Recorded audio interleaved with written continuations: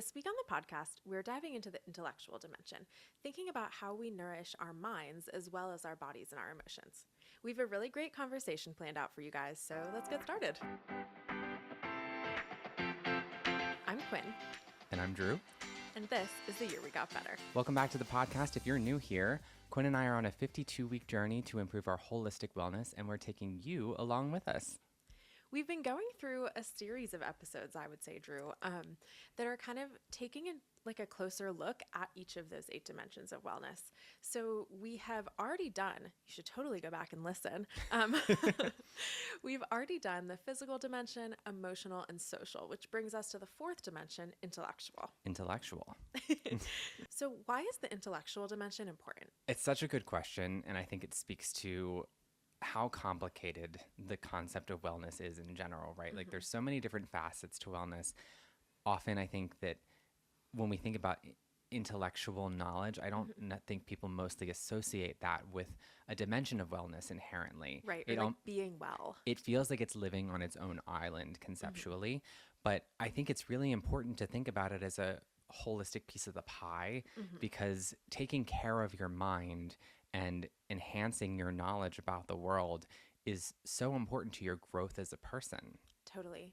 I think that the intellectual dimension is like tied to so many of the other dimensions too. And we've even talked about this in like our recaps when we talk about all the different stuff that we do each week, like ourselves, to invest in the 8 dimensions. Although I'm going to call you out. Your intellectual is almost like 99%. I read a book this week. No, that is true. And I'll own that. But I'm putting you on blast this week. Okay, guys, get ready. This is the Quinn Gets Roasted episode. Just kidding. It better not be. But I think that the intellectual dimension is important because I think that feeling that holistic wellness is linked to, like, are you mentally stimulated and challenged? Yeah, I like that way of looking at it. Like the challenged aspect of it is something that I want to dive into a little bit deeper as we go here. I agree. I think that the intellectual dimension, like when we talked about the physical dimension, we talked about a lot of subcategories like, exercise, nourishment, sleep. I think the intellectual dimension in a way feels a little bit more abstract. Conceptual, if you will. Intellectual, if you will. But I do think that when we talk about how we practice it tangibly, I think that might become a little more clear. So what do you do, Drew, to practice the intellectual dimension, like in your own life?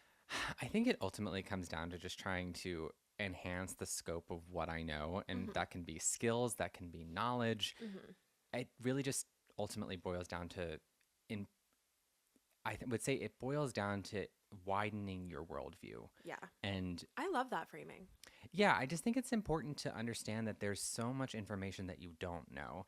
And I'm paraphrasing here, but I've talked about reading the Psychology of Money book on the podcast before.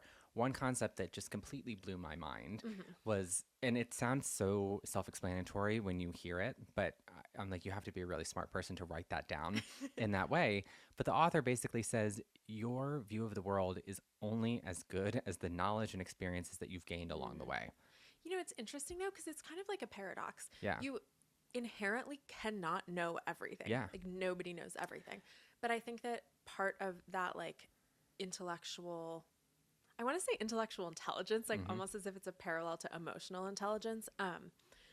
That like it seems a little repetitive, but I guess just as much as understanding what you do know, it's important to try to have a grasp on what you don't know. It almost feels like a double negative. No, it does. I don't even know if it's making a positive, but I just think that kind of something that Drew and I talked about a lot while we were preparing. When we prepare for these episodes, we basically just write down like some questions that we want to talk through. Basically, we just have snacks and chit chat. That's what we do. Yeah, pretty much. We have snacks, we chit chat, and then we like print out a piece of paper that says some questions we want to talk about.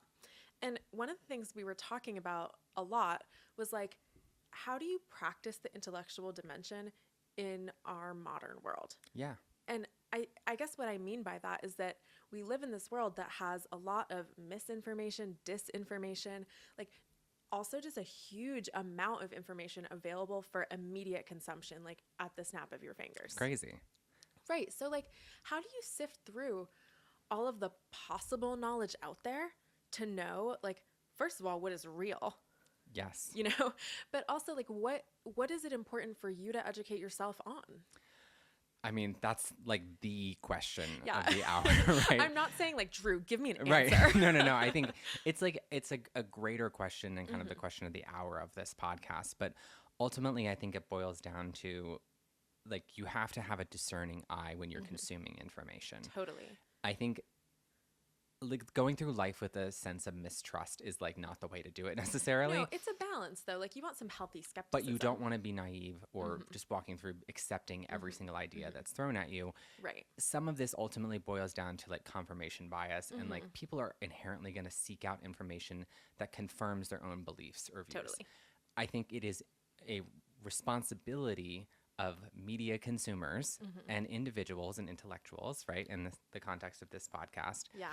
to question constantly the validity of the statements that are being put in front of you. It doesn't mean that questioning is a bad thing. I think you're actually strengthening your belief by validating it to be true or false. Yeah, or you find out that your belief is false, right? I Yes. think that kind of goes back to like open-mindedness, right? I think that to me, at least, open-mindedness is a huge part of the intellectual dimension, right? Because yes, you can find out, you know, you learn more things, you validate the beliefs that you hold. Great. You should also, in fact, I think you must also be open to the possibility that your beliefs are wrong. So that is, I think, a lot easier said than done. It totally is. I think that, okay, like I don't want to get necessarily political, but I think that something we can all agree on is that there is huge polarization Yes. politically in America right now, like massive polarization. Yeah. But I think part of that is like you're saying, Drew, like it's so easy to seek out information that confirms what you already think. Yeah. And I think that we talk about like it's the individual's responsibility to have a discerning eye, to apply critical thinking skills. Two things. First of all, not everybody is equipped with like media literacy, Yes. right? So that's one thing. Second of all, I would argue, although I don't know if this is like feasible, that media companies also have a responsibility. Like, So this is the challenge, right? I Yeah. think responsibility and motivation are two Yeah. different things. I actually think they're disincentivized in many ways. they're definitely disincentivized, but I guess that comes down to like an ethical question. Yes, which is maybe even farther beyond the topic that we're going to be talking about today. No, and we wrote these questions and we're like, for sure, we're about to get off on a tangent. But I think maybe to like keep us on track here, what can you do as a media consumer Yeah. to help yourself sift through this information and stay mentally malleable, right? Like, how do you go through life not being so entrenched in your beliefs? Yeah. And how do you have an open mind and stay adaptable when you know that you're being confronted with misinformation or you're being confronted with like inherently biased information? That is an excellent question. And before I like say my perspective, I just want to say like I'm sure there are people who are actually experts on this topic. I'm not one of them. But again, like we always say, I'm just speaking from my perspective as a human. So as like a person living in this world who wants to know, and we can get on a whole discussion of like the objective truth and what that even is or if it exists. But as a person who wants to be informed and have a deep understanding of like current geopolitical issues, I think the first thing is choosing reliable news sources. But I also understand that that is easier said than done, right? So for instance, you might be able to guess at my political leanings from this, but like one of my primary news sources is the New York Times. Someone on the other side of the political spectrum might be like, that's a bunch of liberal crap, right? So to go beyond that, I think like validate. Yes, like you can trust some of these reputable, you know who I'm talking about, reputable news sources. But I think you also, you know, if there's something that feels off to you or that you would question, like check again with another source, you know? I want to say too, I think I've said this on the podcast before, but consuming media from multiple different outlets, I think, again, it would be in an ideal scenario, everyone has proper media literacy Yeah. and knows to do these things. But I realize it's not realistic for everyone to have the time to do these things. No, I mean, honestly, this should be taught in school. But what I was going to say is, regardless of your political leanings, I think it is a really interesting experiment to, when we go to Planet Fitness, for example, literally right? about to say this. So when we're sitting on the treadmill, or Yeah. we're walking on the treadmill. Yes, when we're sitting on the treadmill. This is how Drew and I never had anything done. My at the gym. favorite time of the day. We just pop a squat on the My treadmill. Planet Fitness sit. But they have TVs with Fox News and CNN and MSNBC and Like all right next to each other, all in this big row. It is very interesting to see the way that headlines for the same event are being portrayed. And I think it's a really interesting experiment as a consumer of media to mix up what you're looking at and make yourself uncomfortable. Yeah. I think it's very easy to put yourself into a box and say, I'm comfortable in this intellectual area. I don't want to be challenged. It feels really good to have my beliefs continually validated. Right. I think But is that pursuing your intellectual wellness? And also, is that pursuing your like responsibility as a citizen and like a voter? I would say no. Yeah, I mean, again, we've kind of tried to not make this all about politics. I think No. ultimately it just comes down to making sure that you're a well-rounded consumer of information. And that's not just news, it's really anything. And we've had this conversation personally recently, but two people can be presented with the same exact information and come to what they believe to be two objective truths. For sure.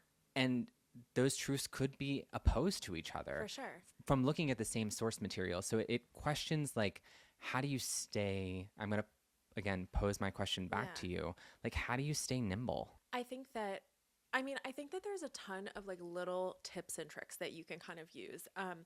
First of all, I think that like, if you can, take a look at like the raw data. And I was just talking about this with a friend the other day, how like many people do not have like charts and graphics literacy. And charts and graphics are something that I think is so easily like you can make it look like whatever you want to say. Yeah. Right? So like if you have the opportunity and you're looking at a chart or graph, maybe you want to confirm it or maybe it just seems like off to you. See if you can get your hands on the raw data. Most times you can. Often like a news source will link to where they got that data from. Take a read of like the actual study. That's one thing that I like to do. Another thing I think is like looking for bias in headlines. And I'm going to so out myself as like a linguistics person here. But I think that you can tell a lot about a headline from how it frames something, right? Well, and I kind of want to like steer us in a slightly different direction based off of this line of thought, which is in an age where like AI generated content and like slop content kind of like is proliferating the internet. It begs the question, like, it's not just news sources, it's any information that you're being presented with. Like, if you see a statistic that like 89% of people love flamingos, I think oftentimes people look at this information that they see online just as fact. And just if you see like a photo of someone's face next to it that looks like a reputable person, you're like going to give credence to it. But I think we're in a place where like that's no longer viable. Yeah. I think that this is such a dark way to look at it, but I think you could frame it, and Drew, I think you have framed it as like a post-truth era. For sure. Right? Yeah. I mean, and how would you know? And especially with photographic evidence, you know, I think with some Like of the quote unquote evidence. some of the more recent AI models that have come out, like in the past few weeks or months, like I think we're at a place where it is almost impossible to distinguish with a naked eye if something is authentic or not. Yeah. So in some ways, I think it almost, I don't want to go like too off on like conspiracy theory here, but like I think paper books and like that type of media that has been like vetted through multiple sources, like peer-reviewed articles. Yeah. There's plenty of like reputable journals out there that have a peer reviewing process. And I think where it gets really tricky is like up to the minute, like current events news. But I think that it is really hard. Honestly, I think we're in a really difficult time for staying apprised of. It's easier than ever to stay apprised of current events, right? But it's more difficult than ever to know what is like true. Right. So how do you keep yourself sane during this phase of like, we're talking about intellectual wellness. I think it's like a stressor for many people to constantly have to wonder, is this real? I have to go check my sources. Like if you're this type of person who wants to take the extra, go the extra mile, how do you stay sane? I mean, honestly, Tell us the answer, Quinn. no, I wish I had a good answer. Like, I really wish I had a good answer. I think that. I have an answer for it if you Oh, want okay. it. Okay. I think you have to work on, and I'm going to use like an analogy here, like football analogy, but like you have to work on like the blocking and tackling, like the Okay. fundamental basics of just like keeping yourself mentally equipped. Mm-hmm. And that is not like the sexy answer, but I think if you're like continuing to like broaden your horizons, if you're continuing to consume different types of media, if you're Yeah. continuing to read books on topics that you haven't before to broaden your horizons, you're setting yourself up just for like a baseline of intellectual curiosity. I think I if you're going in with an idea of curiosity rather than pessimism, you're inherently going to just be a little bit more able to get through the day. I know that sounds like a really weird way to phrase that, but you need that sense of curiosity. I think that curiosity is the perfect word for it. Like, and you know what's funny is as you were saying that, I was kind of thinking the same thing. Like, as with all of the dimensions, I think that you need to live into intellectual wellness with your values, right? So, something I've talked about on this podcast before is values and is kind of living like a values driven life. And one of my biggest values for myself is curiosity.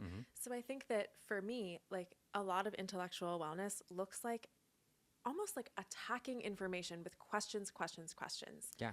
I think that I just love to make this like controversial, but I think that you could tie this back to like religion also.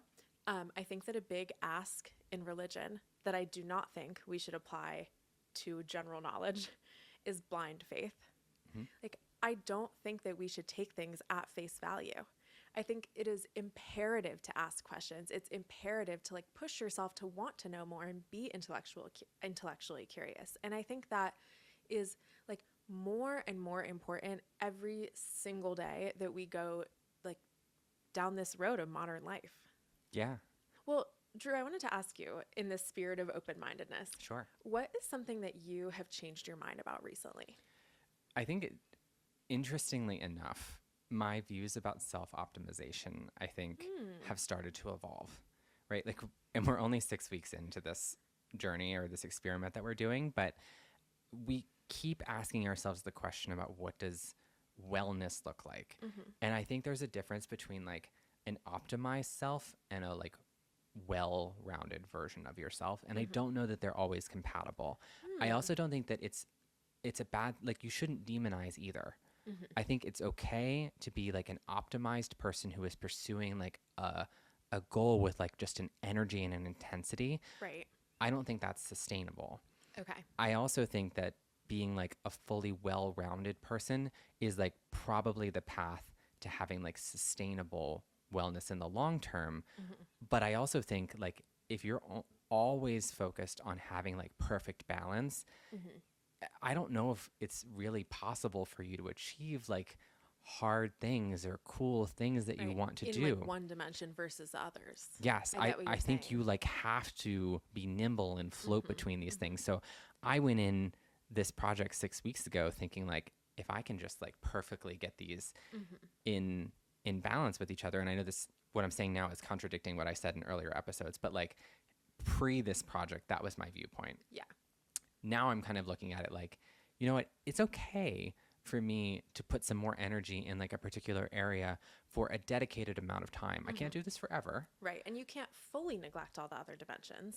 The point that I'm getting to here is that my view on this topic, the core like crux of this podcast, has continued to evolve as Yeah. we've gone through this process. I think that that is healthy.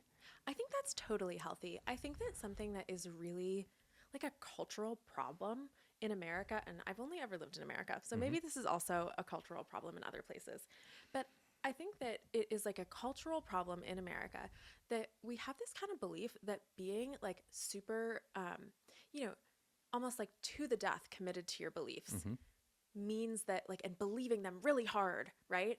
And like kind of like digging your heels in, like that is what it means to be confident in your beliefs, Yes.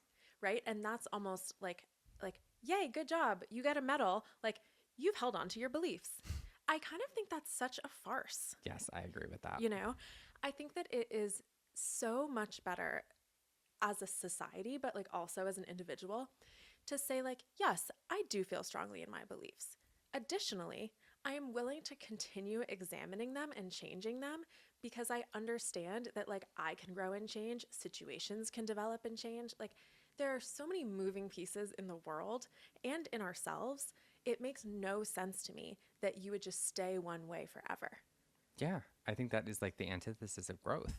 Totally. And I think growth is so important. You don't have to be stuck. Yeah. It's admirable and important to grow, I Yeah. think. Well, we have gone on like a very intense line of conversation. I want to like, there are many different facets to intellectual wellness, though, aside from curiosity. Yeah. Well, let's like tone it down a bit here. I'm gonna prime you for this next phase of questions, just with Okay. one like little nugget, which is like longevity in like intellectual wellness, Okay. right? Like Yes. keeping your mental faculties and like staying like Yeah. with it, right, so to speak. So, what for someone who is looking to improve their intellectual wellness over time, what is like a simple hack or tip or tool that you could recommend I totally that's don't. worked for you? I totally don't believe in like hacks. Like I don't think we're hacking it. You know, I think these are just little things you could do. But I think that well, one thing that I do is I'll do like Sudoku like every night before bed. Yeah, And you do. I do. And I do that because I read in the New York Times that doing Sudoku or like brain games like that is one way to kind of stave off Alzheimer's. And that can be, you know, like engaging in these mental challenges and mental games can be something that keeps your mind sharp into old age. So I think like with intellectual wellness, like yes, you can consume information, you can read books, you can do puzzles, you can listen to podcasts. Like there's so many different there's like learning new information and then there's also just like keeping your brain sharp. Yes. What about you? I definitely agree with that stance on like the games part. I go in and out of cycles of doing Sudoku, but Yeah. I think reading has been something that I've really just dove into more in the past few months and have found it really rewarding. I also like the idea of picking a topic and just it's something that might be out of my comfort zone. Like I read a Vietnam War book that you had Yeah. recommended. Oh my gosh, this book, wait, I love this book. It's called The Things They Carried by Tim O'Brien. It's awesome. I've met him. He read at William and Mary when I was a student there. So cool. Great book. Gotta read it. It was great. I never would have picked it up. You recommended it to me. And I transparently didn't really know that much about Vietnam prior to reading this. I had like a baseline level of knowledge. But just hearing some like, and granted, it's like bordering on fiction, but Yeah. I think it's memoir. memoir. So having some firsthand accounts and that storytelling just really enriched my understanding of what that event looked like and also just what war looks like in general. Yeah. And just kind of made me ask a lot of questions coming out of it. So I think just because, I mean, we talk about curiosity, like just because the cover doesn't look like something that you would like, I think it's a great thing to pick something that's going to make you feel a little uncomfortable or where maybe you're like, this doesn't seem like it's for me, but I'm going to try it out and see how it goes. Yeah, give it a shot. Don't judge a book by its cover, as they say. I've never heard that. I think also when we talk about like just how much information is out there, it can also feel kind of daunting to look at the intellectual dimension and say like, which ideas or skills or topics are actually worth investing my time in? How do you kind of approach that? I'm the worst person to ask this question because I literally struggle with this so much. Because it's such a real struggle. It is. We're in an information overload like state at this point. I think in my experience, the only way to get through it is to just try on some different hats and see what sticks. Like, I think you kind of know where some baseline best practices are, like consuming news is probably a good thing to do. Like reading for pleasure, I think is probably like has been shown to like be good for mental development. Yeah. Like learning new skills. And I think, again, it's like this is where it has an overlap with other dimensions, right? Like if I want to learn how to, you know, whatever, like draw a certain flower, yes, that's creative, but I'm also sharpening my skills in using Procreate. You know, like there's all these different kind of like layers to it. Or hand-eye coordination. Like there's like, I mean, that's bordering intellectual physical, but like. Well, but, or sport, right? If, you know, we keep talking about this, like Drew, if we went skiing, right? And you were going to learn to ski, like you are challenging like your mind-body relationship. Yep. Yes, it's physical. It's also intellectual. Yeah, absolutely. Well, with that, I feel like this has already been like a winding journey of a conversation. Thanks for hanging in, A guys. little bit more chaotic than our typical podcast, but I'm going to transition into rapid fire. Rapid fire. We might cut that out. All right, Quinn. So I have 2 rapid fire questions for you. You know the rules. Don't think, just answer. Okay. Question number 1. What is one thing that you do every day to stay sharp? Oh my gosh, I used my answer already. It was Sudoku, but I also do the crossword every day. You do. Clearly, I have too much time on my hands. I'm also going to call you out because you do this in bed with the lights off with blue light pouring into your retinas, which is so bad for your sleep. We're not going to go there, but I already did. I told you it was going to be the roast Quinn episode. But I right. do. And I've actually gotten very fast at the crossword. You have. Pat myself on the back. New York Times. Thank you. I feel like you also guilt me so much when you're like, I'm doing my crossword. What are you doing? I'm like, I'm going to sleep. No, I don't mean to guilt you. It's more like Drew's trying to like snuggle with me, and I'm like, hey, I'm doing my crossword over here. I know where your priorities lie. Crossword number 1. Yes, exactly. All right. Question number 2. Which is better, reading or listening? I mean, for me, reading. I mean, you know this. I will want to hold a paper book in my hands forever. I really struggle to listen to audiobooks. It just goes in one ear and out the other, like literally in one ear and out the other. And I feel like I constantly have to rewind because I miss stuff. Yeah. I know you disagree. Drew's totally on team listening. I actually like a healthy balance of both. Yeah. I struggle sometimes to maintain my attention span with reading like a physical book, but I also think that I can get through more content. I also am like have recently been into like listen to one book, read one book at the same time, which is a fun like duality. That is so interesting to me because I never have 2 books going at once. I like literally can't do it. I feel like I have 3 going right now. You have always a ton of books going. All right, I'm handing it over to you. Okay. Rapid fire. Drew. This is actually a hard one. So percolate for a minute. What is one book that changed how you think? Why We Sleep. I've already talked about this in the podcast. I knew you were going to say that. I literally knew you were going to say that. It just made me realize that like it is so much more important than I ever had considered before. It changed my perspective about like brain development and like I think it even like changed my perspective about like the way that we retain information and just how important the biology is in that process. Like obviously it makes sense that like your brain retaining information is like a biological neurological action. I don't really think about it like that. I'm like, I read a book, now I remember the information, right? I feel like that really made me stop and think like, whoa, there's a lot of other things going on here that I don't think about every day. That is so true. I love that answer. This is Drew's like favorite book. We'll link it. Okay. Hit me. I got tons of answers. You're so weird. I love you. Okay. Final rapid fire question. What is one topic that you could talk about for hours? Music. This is where we disagree, but I am so like intellectually stimulated by, and I know this like borders into a creative thing. I love everything about music. I love like the science behind music. I love the creativity behind it. I could literally talk about, I love the history behind it. Like I could talk about this subject for like days on end. I do enjoy listening to music with you, but I just, no, I really do. I just like don't have, don't hate. I just don't have the like vast amount of knowledge about music that you do. So you'll be like, oh, listen to this. They're like doing this cool thing. And I like don't hear it. Like I just don't ever hear it. You know what? That's okay. I feel like everyone enjoys different things. Thank you. I think you have an appreciation for music that you enjoy, Yeah. and that's enough. Thanks for accepting me the way I am. All right. So with that, we have wrapped up our first part of our conversation today, which is about the intellectual dimension. Yeah. With that, we can change gears and go into the weekly recap. Well, as you guys know, we've been investing in each of the 8 dimensions each week.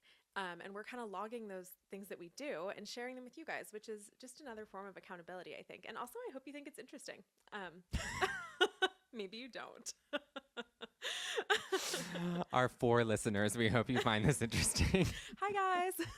Hi, Ella. Hi, Lee. Just kidding, guys. It's more than 4, we think. Okay. Back on track. Back on track. Drew, Yes. what did you do in the physical dimension this week? We had a really, really, really fun accomplishment this Yeah, we week. did. Oh, it's so exciting. We did. We finished the Couch to 5K and ran a full 5K on the turkey trot. Which was actually awesome. I We had did. so much fun doing it. Actually, no, it was actually brutal. It was really hilly. The course was really hilly, and we did not like train for that per se. We just trotted. Yes, we turkey trotted our way through the town that we live in. Yes. And we had a blast, and it felt really good to like have that accomplishment. That's my physical dimension as well. Awesome.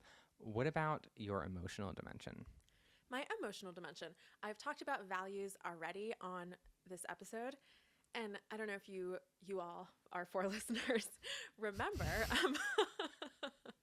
that Drew and I had done a value sort a few weeks ago, and we had kind of identified some of our most important values. Well, I wanted to go back to that. I really like the values framework. Honestly, I would be down to do a full episode on values because I think it's just a cool, it's a helpful framework for me.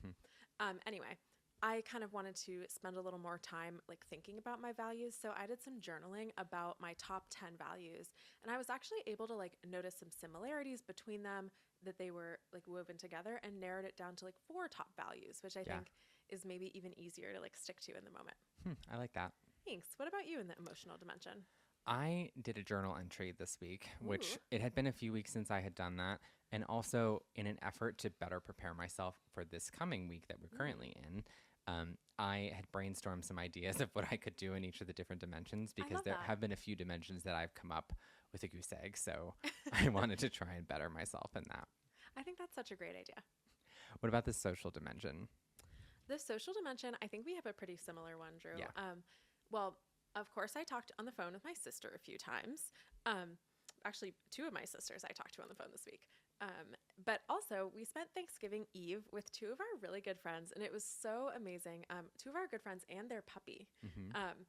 It was amazing, and it was just such a nice... Shout out Pearl. Perfect puppy Pearl. If you know, you know. If you're an OG listener, you know. I need to be like, taken off the mic. Anyway. Physically removed. Intellectually removed. Ooh.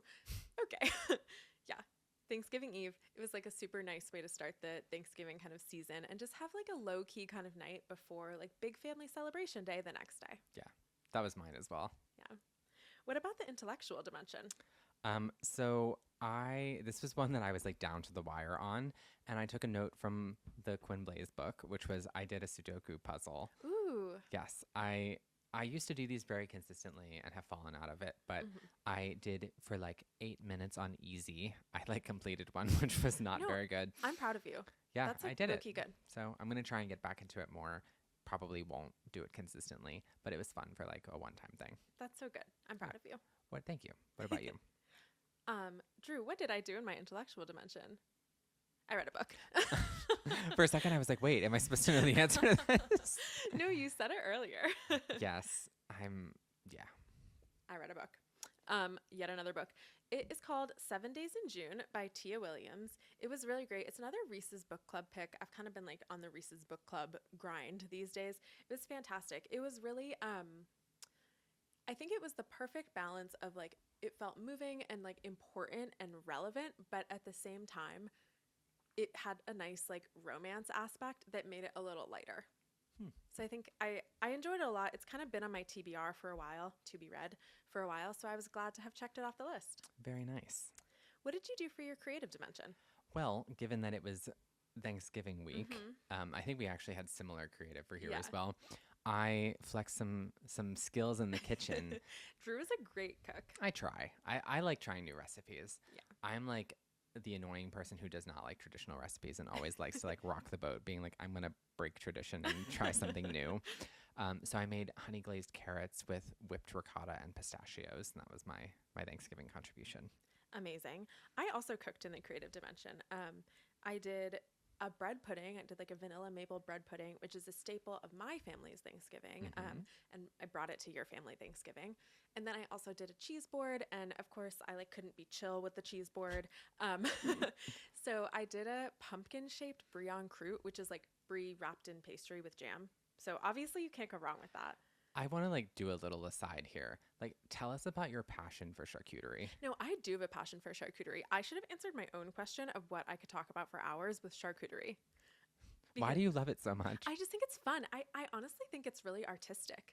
Like, I love to I'll kind of find inspo on Pinterest or on Instagram and have these like ideas. Sometimes I even do like a board making drawing on my iPad of how I want to arrange it.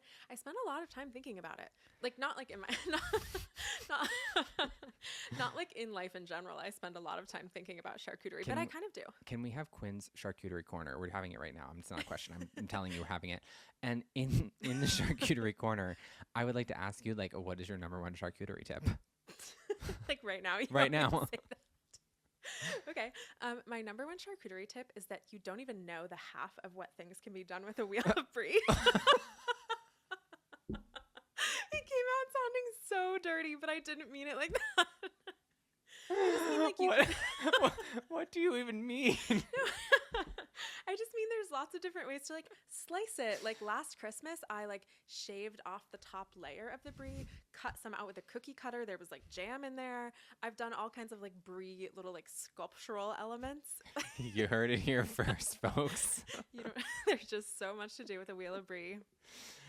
Forget American pie. It should have been American brie. And on that note, let's keep going. What's the next dimension?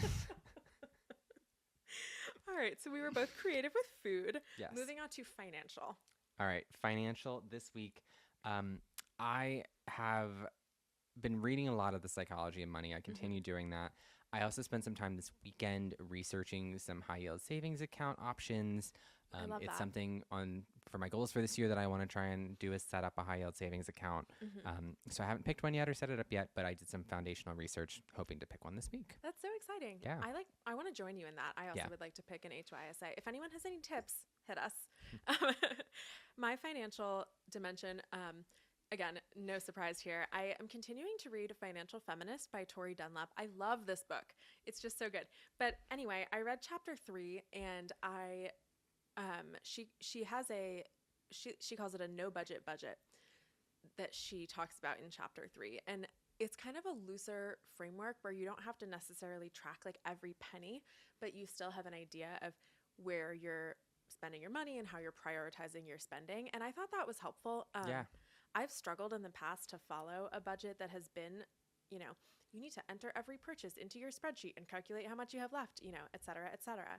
So I'm going to give this a try and see if it works for me. I like it. Yeah. What about the occupational dimension? So this week, my occupational relates to the podcast. My goal for myself was like get all of the clips and the episode edited before the start of the week so I could just enjoy the week. Yeah. And I accomplished that. We accomplished it together. Yes, no, we just did. kidding. No, we did because you do the real covers and yeah, that's true. the social posts. Drew does the bulk of the work, but I help. Yes. What about your occupational? My occupational was really exciting this week. I made a big investment, like monetarily, in my writing career. And that is that I'm going to this conference called TBR that's in Boston this January on a hot tip from a friend. Told me about this, and it's the inaugural year of this conference. So I'm super excited to go. TBR is running this program called the Agent Matchmaker, and it's for people like me who are looking to get representation for their debut novel, and I guess novel or like collection of work, poetry, whatever. Anyway, you submit like a portion of your work with your query letter and all that good stuff, and a bunch of agents who are participating read those submissions and kind of rate if they're interested in your work. So based on that, you get some like matches, and you can purchase meetings with those agents at the conference. So I did that. I purchased 6 meetings. I got 6 matches. So I'm really excited. And I've, at this point, have sent like 50 plus queries for my novel, and have gotten back a lot of no's. But all it takes is one. And at first I was like, this is a lot of money. I wrote this in my Substack. It's not like a secret. These meetings are like $200 a pop. So it is a lot of money. However, when I'm thinking about what I spend my money on and what brings me joy, I was kind of faced with this question of like, what possible thing could I come up with that would be better to spend my money on than something that would help me potentially live my dream? Like this is literally the thing that I want most maybe in my life, is to be a published author and be able to like work as a novelist. And I felt like, you know what? I need to put my money where my mouth is. I love that. So I'm really excited to see how it goes. I'll keep you guys posted. I'm excited too. And then our last dimension is environmental. I suspect we have the same one. I think so. So the day after Thanksgiving, we decorated our house for Christmas. Generally speaking, I think Christmas starts on December 1st, but was willing to do it a couple days early. No, it's always the day after Thanksgiving. Okay. Well, we put up our tree. We have a fake tree, don't hate. It's paid for itself many times over. Yes, it has. One of my friends told me that she got her Christmas tree for $140, a real tree.